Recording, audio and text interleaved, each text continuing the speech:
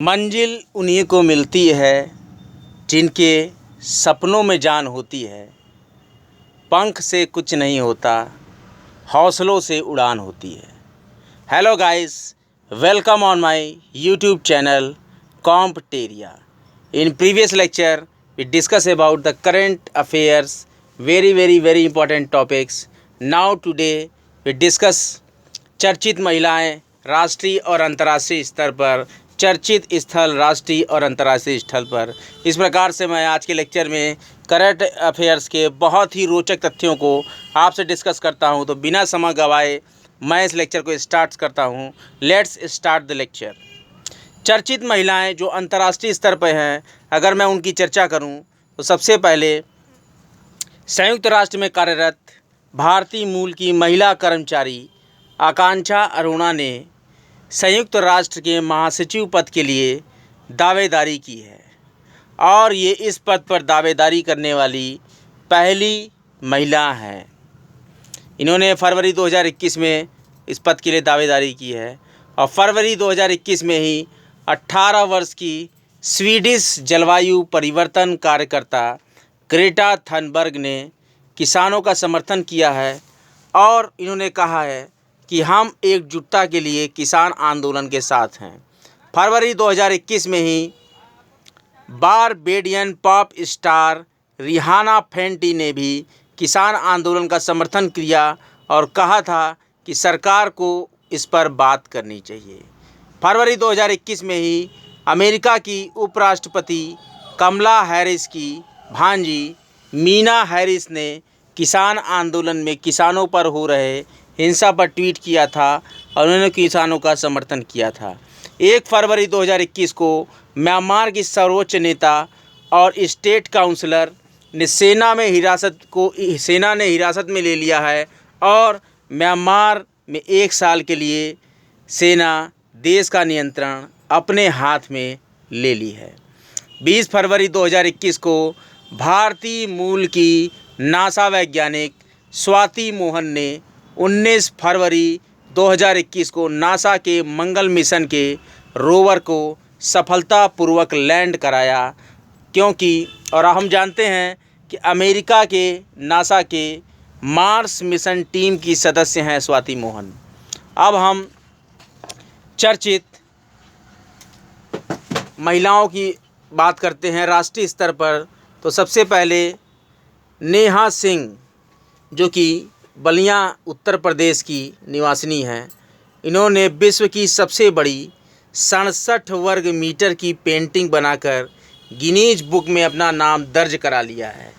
ये श्रीमद् भागवत गीता पर आधारित मोक्ष का वृक्ष की पेंटिंग है और ये काशी हिंदू विश्वविद्यालय में वैदिक विज्ञान में अध्ययन करती हैं और 16 लाख मोतियों से भारत का नक्शा और उंगलियों के निशान से हनुमान चालीसा भी ये लिख चुकी हैं नेहा सिंह।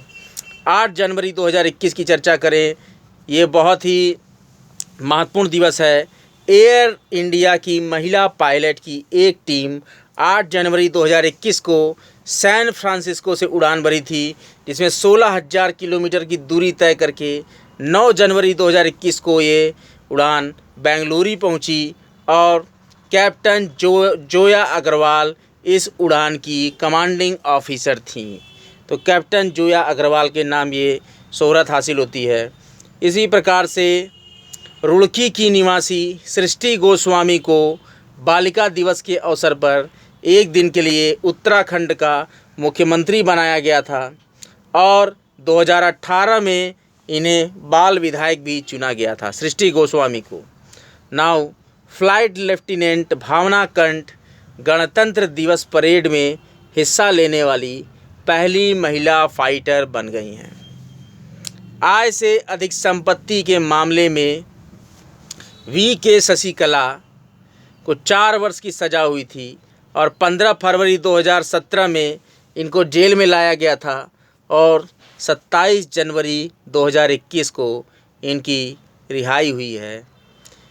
पेशे से वकील और सामाजिक कार्यकर्ता लखनऊ की पौलोमी पावनी शुक्ला को फोर्ब्स ने वर्ष 2021 की सूची में शामिल कर लिया है।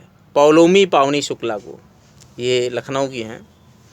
14 अप्रैल 2008 को अपने प्रेमी सलीम के साथ मिलकर अपने माता पिता समेत 7 लोगों की हत्या के लिए फांसी की सज़ा मिली थी शबनम को, और वह अमरोहा उत्तर प्रदेश की निवासी हैं। 18 फरवरी 2021। नाउ 23 फरवरी 2021 की चर्चा करें तो किसान आंदोलन के समर्थन में टूल किट केस में गिरफ्तार पर्यावरण कार्यकर्ता दिशा रवि को पटियाला हाउस कोर्ट ने रिहा कर दिया है, और देश की सामाजिक कार्यकर्ता अंजलि भारद्वाज को अमेरिका के राष्ट्रपति जो बाइडेन ने अभी शुरू हुए अंतर्राष्ट्रीय भ्रष्टाचार रोधी चैंपियंस अवार्ड से सम्मानित करने की घोषणा कर दी हैं, जो कि हैं अंजलि भारद्वाज को। 2002 में अमेरिकी अखबार वॉल स्ट्रीट जर्नल के पत्रकार डेनियल पर्ल की अलकायदा के आतंकी अहमद उमर शेख ने अपहरण करके हत्या कर दी थी, और डेनियल पर्ल की हत्या के मामले में अहमद उमर शेख को सबसे पहले पाकिस्तान के सेशन कोर्ट ने मौत की सज़ा सुनाई थी, जिनको अप्रैल 2020 में सिंध हाई कोर्ट ने रद्द कर दिया और 7 साल की सज़ा निर्धारित की थी। अब जनवरी 2021 में सुप्रीम कोर्ट ने उसे विश्राम गृह में भेज दिया है, Daniel Pearl. Now the famous personality in international Alibaba के संस्थापक और चीनी कारोबारी जैक मा। अलीबाबा के संस्थापक और चीनी कारोबारी जैक मा को चीनी बैंकिंग कार्यवाही से 2 माह में 11 अरब डॉलर का नुकसान हुआ है, और इनके शेयर 8% तक नीचे आ गए हैं। इटली के प्रधानमंत्री गुइसेप्पे कोंटे ने अपने पद से इस्तीफा दे दिया है, और इन्होंने ये निर्णय इसलिए लिया है कि इनके गठबंधन में उथल पुथल हो गया है। स्पेस एक्स और टेस्ला के सीईओ एलन मस्क दुनिया के सबसे धनी व्यक्ति बन गए हैं, और इनकी इस समय संपत्ति लगभग 209 अरब डॉलर है। तो एलन मस्क सबसे ज़्यादा अमीर व्यक्ति बन गए हैं दुनिया के, एलन मस्क। नासा के चंद्रमा पर भेजने के अभियान में राजा जॉन वुरपुतूर चारी को शामिल किया गया है। यह अमेरिकी एयर फोर्स अकादमी से एरोनॉटिकल इंजीनियरिंग और इंजीनियरिंग साइंस में ग्रेजुएट हैं। एशिया के सबसे धनी व्यक्ति झोंग सांसान या जुंग सांसान, इस नाम से इनको जाना जाता है। इसके पहले मुकेश अंबानी एशिया के सबसे धनी व्यक्ति थे, और ब्लूमबर्ग बिलियनियर्स द्वारा जारी इंडेक्स में धनी लोगों की सूची में झोंग सांसान 10वें स्थान पर हैं, और मुकेश अंबानी 11वें स्थान पर हैं। और फरवरी 2021 में मुकेश फिर से प्रथम स्थान पर काबिज हो गए हैं। नेपाल के प्रधानमंत्री केपी शर्मा ओली को सत्तारूढ़ नेपाल कम्युनिस्ट पार्टी से निकाल दिया गया है। इन्होंने 20 दिसंबर 2020 को संसद को भंग करने की सिफारिश की थी, जिसके कारण नाराज होकर नेपाल कम्युनिस्ट पार्टी ने इनको पार्टी से निकाल दिया। कोविड-19 नियंत्रण उपायों के खिलाफ हो रहे प्रदर्शन के कारण मंगोलिया के प्रधानमंत्री खुरेलसुख उखना ने अपने पद से इस्तीफा दे दिया है। मंगोलिया के प्रधानमंत्री खुरेलसुख उखना ने अपने पद से इस्तीफा दे दिया है। डेमोक्रेटिक रिपब्लिकन ऑफ कांगो के प्रधानमंत्री सिल्वेस्ट्रे इलुंगकम्बा ने अपने पद से इस्तीफा दे दिया है। सिल्वेस्ट्रे इलुंगकम्बा जो कि डेमोक्रेटिक रिपब्लिकन ऑफ कांगो के प्रधानमंत्री हैं, इन्होंने भी अपने पद से इस्तीफा दे दिया है। इसी क्रम में म्यांमार के राष्ट्रपति को सेना ने अपनी हिरासत में ले लिया है, और देश के नियंत्रण को 1 साल के लिए सेना अपने कब्जे में ले चुकी है। तो म्यांमार के राष्ट्रपति हैं you Win Myint. Now Myanmar सैन्य शासन को लागू करने के लिए चर्चित व्यक्तित्व आंग हाइंग ये म्यांमार सेना के प्रमुख हैं आंग हैंग, तो ये चर्चा में हैं और इनको राज्य प्रशासनिक परिषद का अध्यक्ष बना दिया गया है म्यांमार की। युगांडा के पूर्व कमांडर डोमिनिक ओंगवेन को अंतर्राष्ट्रीय अपराध न्यायालय ने युद्ध अपराध और मानवता के खिलाफ अपराध का दोषी ठहराया है। इन पर 70 मामलों में अपराध का आरोप लगाया गया है। रूस के राष्ट्रपति व्लादिमीर पुतिन ने कटु आलोचक और विपक्षी नेता एलेक्सी नावल्नी को मॉस्को की एक अदालत ने 2004 में उनको हुई सज़ा के पश्चात जमानत की शर्तों पर उल्लंघन करने के कारण 2 साल 8 महीने की सज़ा सुनाई थी। एलेक्सी नावल्नी बहुत ही चर्चित थे, मैंने पिछले लेक्चर में भी इनकी चर्चा की थी। राष्ट्रीय जांच एजेंसी की विशेष अदालत ने 2014 में हुए खागार गढ़ विस्फोट के मुख्य आरोपियों में एक बांग्लादेशी नागरिक शेख कैसर को 29 साल कैद की सज़ा सुनाई है। तो शेख कौसर ये चर्चित व्यक्तित्व हैं। जॉर्जिया के प्रधानमंत्री जियोंगी गखरिया ने विपक्षी दल संयुक्त राष्ट्रीय आंदोलन के अध्यक्ष निका मेलिया की गिरफ्तारी के फैसले पर अपनी ही टीम से असहमति दे दी और अपना इस्तीफा दे दिया। किसने दिया है? जॉर्जिया के प्रधानमंत्री जियोंगी गखारिया ने इस्तीफा दे दिया है। किस लिए इस्तीफा दिया है? क्योंकि विपक्षी दल संयुक्त राष्ट्रीय आंदोलन के अध्यक्ष निका मेलिया की गिरफ्तारी के फैसले पर अंतर्राष्ट्रीय परमाणु ऊर्जा एजेंसी IAEA के प्रमुख हैं राफेल ग्रोसी। इन्होंने 21 फरवरी 2021 को ईरान के परमाणु कार्यक्रम की निगरानी की है और इस प्रकार से ये व्यक्तित्व चर्चा में हैं। अब हम बहुत ही इम्पोर्टेंट चर्चित महिला की बात करते हैं जो इस समय चर्चा में है, गीतांजलि राव। 15 वर्षीय भारतीय अमेरिकी बालिका गीतांजलि राव को प्रतिष्ठित टाइम पत्रिका ने first ever kid of the year 2020 चुना है और उन्हें अपने कवर पेज पर जगह दी है। टाइम पत्रिका ने अमेरिका के कोलोराडो में रहने वाली गीतांजलि सबसे छोटी उम्र की वैज्ञानिक और आविष्कारक हैं। इन्होंने 6 आविष्कार में नाम किए थे और इसके पहले भी इन्होंने अमेरिका का शीर्ष यंग साइंटिस्ट अवार्ड जीता था। फोर्ब्स 2019 की 30 साल से कम की प्रतिभाशाली हस्तियों में भी ये अपना नाम गीतांजलि राव दर्ज करवा चुकी हैं और यह पानी में शीशे की विषाक्तता का पता लगाने वाले उपकरण और इंटरनेट पर साइबर बुलिंग को रोकने के लिए कृत्रिम बुद्धिमत्ता की मदद से काइंडली नामक ऐप बनाने और साथ ही साथ मरीजों में दर्द निवारक के रूप में अफीम की लत का पता लगाने वाले उपकरण का भी आविष्कार कर चुकी हैं। अब जो हम बहुत महत्वपूर्ण राष्ट्रीय चर्चित स्थलों की बात करेंगे, यह आज मैंने बहुत ही इंपॉर्टेंट टॉपिक उठाया है कि हमारे देश के सबसे महत्वपूर्ण चर्चित स्थल कौन कौन से हैं जो कि अभी करंट न्यूज़ में आ रहे हैं। तो ये पूछ लिया जाता है प्राय एग्ज़ाम्स में। Let's start. मणिपुर नागालैंड की सीमा पर जूको घाटी है। मणिपुर और नागालैंड की सीमा पर जूको घाटी के जंगलों में आग लग गई थी दिसंबर 2020 में, जिसने कि पर्यावरण को बहुत ही बड़ा नुकसान उठाना पड़ा था। और 31 दिसंबर 2020 को प्रधानमंत्री नरेंद्र मोदी ने गुजरात के राजकोट में अखिल भारतीय आयुर्विज्ञान संस्थान एम्स की आधारशिला रखी है और इस अत्याधुनिक एम्स में 750 लगभग बेड होंगे। और अगले चर्चा कर लें तो पारादीप बंदरगाह को वैश्विक स्तर का बंदरगाह बनाने के लिए केंद्र सरकार ने 3000 करोड़ रुपए की परियोजना को मंजूरी दी है। 30 दिसंबर 2020 तारीख याद रखिएगा। पारादीप बंदरगाह को वैश्विक स्तर का बंदरगाह बनाने के लिए सेंट्रल गवर्नमेंट ने 3000 करोड़ रुपए की परियोजना को मंजूरी दी है। इसी क्रम में अगला प्रश्न मैं देता हूं कि केंद्रीय मंत्रालय ने असम के सिलचर स्थान पर मल्टी मॉडल लॉजिस्टिक पार्क बनाने की घोषणा की है दिसंबर 2020 में।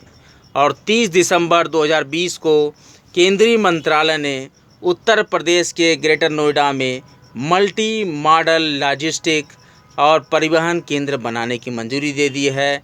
और ये सेंटर 3883.80 करोड़ रुपए की लागत से बनाया जाएगा और 30 दिसंबर 2020 को ही संपूर्ण नागालैंड राज्य को केंद्र सरकार ने 6 महीने के लिए अशांत क्षेत्र घोषित कर दिया है और वहाँ सैनिक विशेषाधिकार कानून अफस्पा अभी लागू रहेगा। 15 दिसंबर 2020 की बात करें तो प्रधानमंत्री नरेंद्र मोदी ने गुजरात के घोरदो गांव में, जो कि कच्छ में पड़ता है, हाइब्रिड अक्षय ऊर्जा पार्क का शिलान्यास किया है। जनवरी 2021 की बात करें तो मध्य प्रदेश के नर्मदा नदी पर स्थित ओंकारेश्वर बांध में भारत सरकार दुनिया की सबसे बड़ी तैरती हुई सौर ऊर्जा परियोजना का निर्माण करेगी और ये परियोजना 2023 में बिजली का उत्पादन करेगी और 300 करोड़ रुपए की लागत से निर्मित ये परियोजना 600 मेगावाट की विद्युत का उत्पादन करेगी। और ये परियोजना कहाँ पे लगाई जाएगी?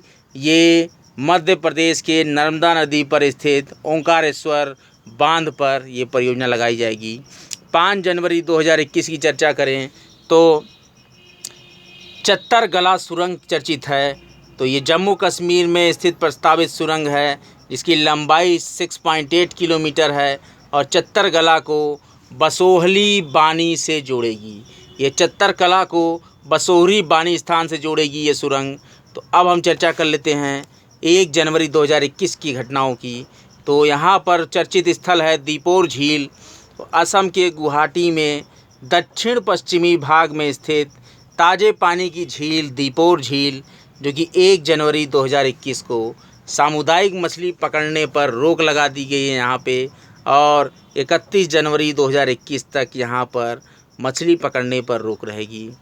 इसी प्रकार से गुजरात के केवड़िया में स्थित स्टैचू ऑफ यूनिटी, जो कि सरदार वल्लभ भाई पटेल की मूर्ति है, वहाँ पे वही स्थल है जो गुजरात के केवड़िया में स्टैचू ऑफ यूनिटी, ये दुनिया के बड़े पर्यटन स्थलों में शामिल कर लिया गया है जनवरी 2021 में। उत्तर प्रदेश के मुरादनगर शमशान घाट, जो कि गाज़ियाबाद ज़िले में पड़ता है, इस पर छत गिर जाने से, मुरादनगर शमशान घाट की छत गिर जाने से 24 लोगों की मौत हो गई थी। बहुत ही दुर्दांत घटना थी जो कि जनवरी 2021 में घटी। इसी क्रम में 17 जनवरी 2021 को प्रधानमंत्री नरेंद्र मोदी ने गुजरात के नर्मदा ज़िले के केवड़िया स्टेशन से देश के विभिन्न स्थानों के लिए 8 नई ट्रेनों का उद्घाटन किया है, जो देश के विभिन्न स्थानों को केवड़िया से जोड़ेगी। और ये स्टेशन स्टैचू ऑफ यूनिटी से लगभग 5 किलोमीटर की दूरी पर है और स्टैचू ऑफ यूनिटी देखने के लिए लोग केवड़िया स्टेशन का इस्तेमाल करेंगे। इसीलिए प्रधानमंत्री ने इसका निर्माण किया है। इसको बड़े बड़े जगहों से जोड़ा गया है। और 13 जनवरी 2021 की बात करें तो प्रधानमंत्री नरेंद्र मोदी ने असम के शिवसागर ज़िले में जेरंगा पोथार के स्वदेशी समुदायों को 1 लाख से अधिक भूमि पट्टों का वितरण किया है। कहाँ के? शिवसागर ज़िले में जेरोंगा पोथार के स्वदेशी समुदायों को 1 लाख से अधिक भूमि पट्टों का वितरण किया है। इसी क्रम में अगर हम देखें तो बहुत ही चर्चित घटना है कि संयुक्त राष्ट्र के खाद्य और कृषि संगठन और आर्बर डे फाउंडेशन ने हैदराबाद को 2020 tree city of the world 2020 tree city of the world के रूप में मान्यता दी है। तो पूछा जाएगा क्वेश्चन कि 2020 tree city of the world Bharat के किस शहर को नामित किया गया है? तो आप आंसर देंगे हैदराबाद। अब फरवरी 2021 की चर्चा करें। मध्य प्रदेश सरकार ने होशंगाबाद ज़िले का नाम बदलकर नर्मदापुरम कर दिया है। और फरवरी 2021 की बात करें तो तमिलनाडु के विल्लुपुरम ज़िले में कलिवेली झील आर्द्र भूमि को अभयारण्य घोषित कर दिया गया है। तमिलनाडु के विल्लुपुरम ज़िले में कलिवेली झील आर्द्र भूमि आप इंग्लिश में इसको वेटलैंड बोलते हैं। कलिवेली झील आर्द्र भूमि को पक्षी अभयारण्य घोषित किया गया है फरवरी 2021 में। बहुत ही चर्चित प्रश्न है जो कि इन्वायरमेंट और इकोलॉजी के अंतर्गत यूपीपीसी से पूछा जा सकता है। तो हम लोग जवाब देंगे कि तमिलनाडु के विल्लुपुरम जिले में स्थित कौन से स्थल को पक्षी अभयारण्य घोषित किया गया है। तो इसका सही जवाब होगा कलिवेली झील आर्द्रभूमि को पक्षी अभयारण्य घोषित कर दिया गया है, जो कि तमिलनाडु के विल्लुपुरम जिले में स्थित है।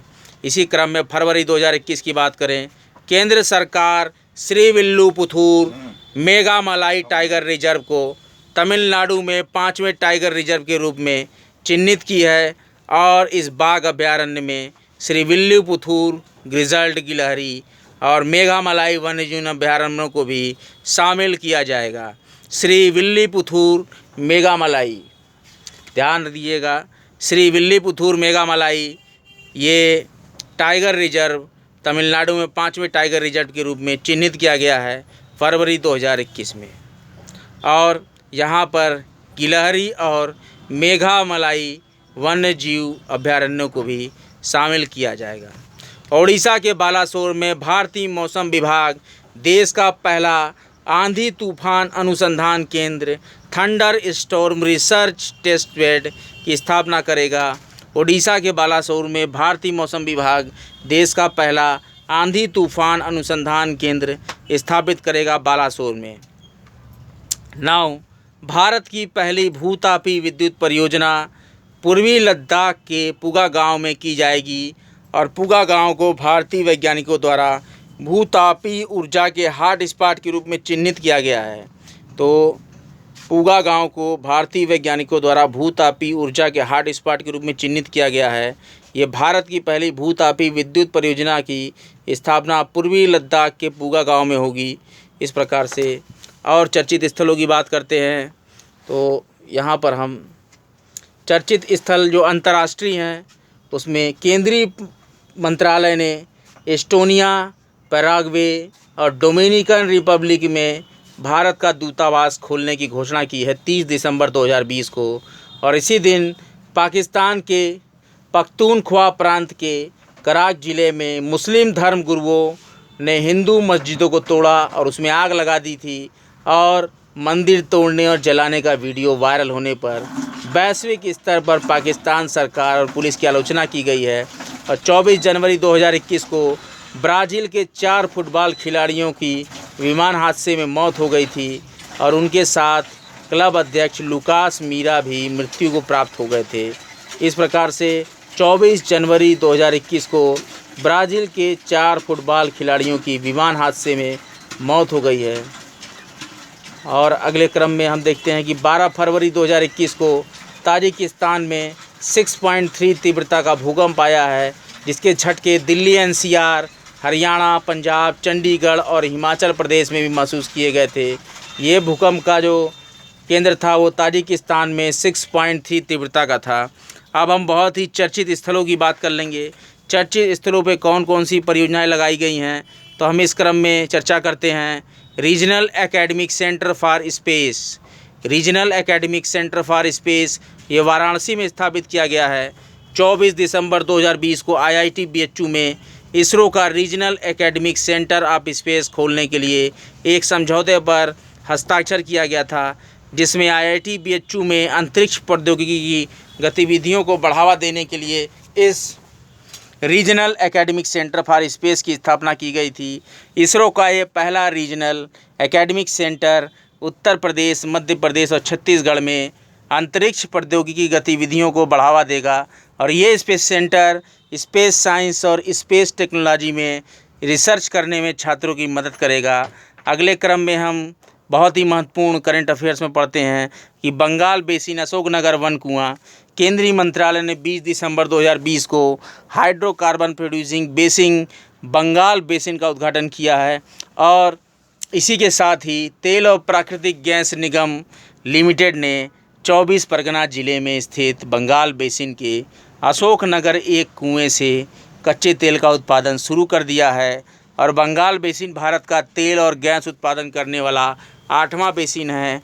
और कृष्णा गोदावरी, मुंबई ऑफशोर, राजस्थान, असम सेल्फ, कावेरी, कॉम्बे और असम अराकान ये 7 तेल और गैस उत्पादक बेसिन है और 8वां बंगाल बेसिन खोला गया है। तो 7 कौन कौन से तेल उत्पादक बेसिन हैं और बंगाल बेसिन को मिलाकर 8 तेल उत्पादक बेसिन के मैं नाम आपको फिर से रिकॉल करा देता हूँ। कृष्णा गोदावरी, मुंबई ऑफशोर, राजस्थान, असम सेल्फ, कावेरी, कॉम्बे और असम अराकान, और अब जो खुला है बंगाल बेसिन। आज का लेक्चर यहीं तक। अगले लेक्चर में हम करंट अफेयर्स के और भी रोचक तथ्यों को लेकर आएंगे। अभी जो भी यूपी पीसीएस के और समीक्षा अधिकारी के एग्ज़ाम्स होने वाले हैं और जो भी स्टेट के पीसीएस एग्ज़ाम्स हैं उसमें मेरे करंट अफेयर्स के लेक्चर्स बहुत ही प्रभावी होंगे। काफ़ी क्वेश्चंस मेरे करंट अफेयर्स के लेक्चर्स से फंसेंगे। तो गाइस प्लीज़ मेरे लेक्चर्स को सुनते रहें और लेक्चर्स के वीडियो कमेंट बॉक्स में कमेंट जरूर करें कि आज का लेक्चर आपको कैसा लगा। और मेरे लेक्चर्स अनवरत आते रहेंगे। किसी भी राज्य सिविल सेवा, यूपी SSC, पीटी या यूपी, बिहार, झारखंड के कोई भी वनडे एग्ज़ाम्स में जहां भी करंट अफेयर्स के टॉपिक्स पूछे जाते हैं वहां पे मेरे लेक्चर से बहुत ही आपको फ़ायदा मिलेगा। तो कॉम्टेरिया का उद्देश्य है सभी पढ़ें सभी बढ़ें। कोई भी लक्ष्य मनुष्य के साहस से बड़ा नहीं, हारा वही जो जम कर लड़ा नहीं। कॉम्टेरिया को ज़्यादा से ज़्यादा सुनें और वीडियो के कमेंट बॉक्स में कमेंट ज़रूर करें। धन्यवाद।